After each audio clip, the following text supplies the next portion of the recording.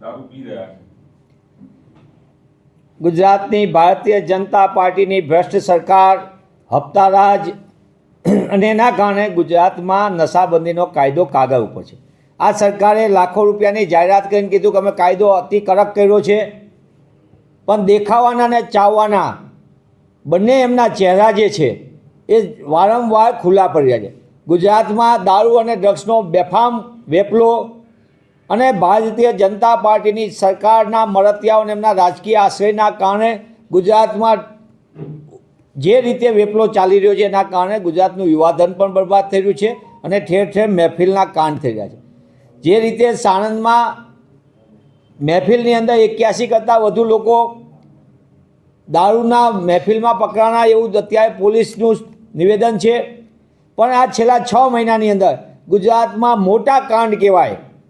જેના મહેફિલ કહેવાય મોટી, એવી વિવિધ મહેફિલો ઓક્ટોબર મહિનામાં 25થી જુલાઈ 25 અને મે 25 સાથે અલગ અલગ મહેફિલો ગુજરાતમાં સામે આવી છે. પણ કાયદાની દૃષ્ટિએ જોઈએ તો મહેફિલ પકડાય થોડાક દિવસ 2 દિવસ સુધી પોલીસ વાતો કરે કે અમે કરી, પણ હકીકતની અંદર મોટા પાયે ચાલતો આ દારૂનો કારોબાર અને એના કારણે થતી મોટી મોટી મહેફિલો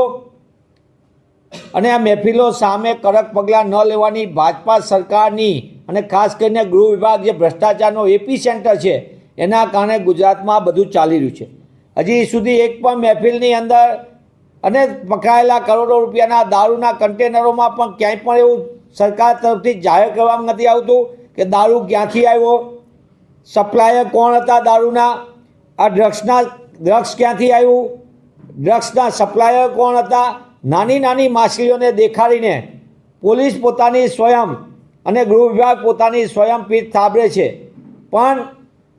નક્કર રીતે ગુજરાતને ઉઠતું ગુજરાત બનતું અટકાવવા માટે ગૃહ વિભાગે જે કામગીરી કરવી જોઈએ કામગીરી કરવામાં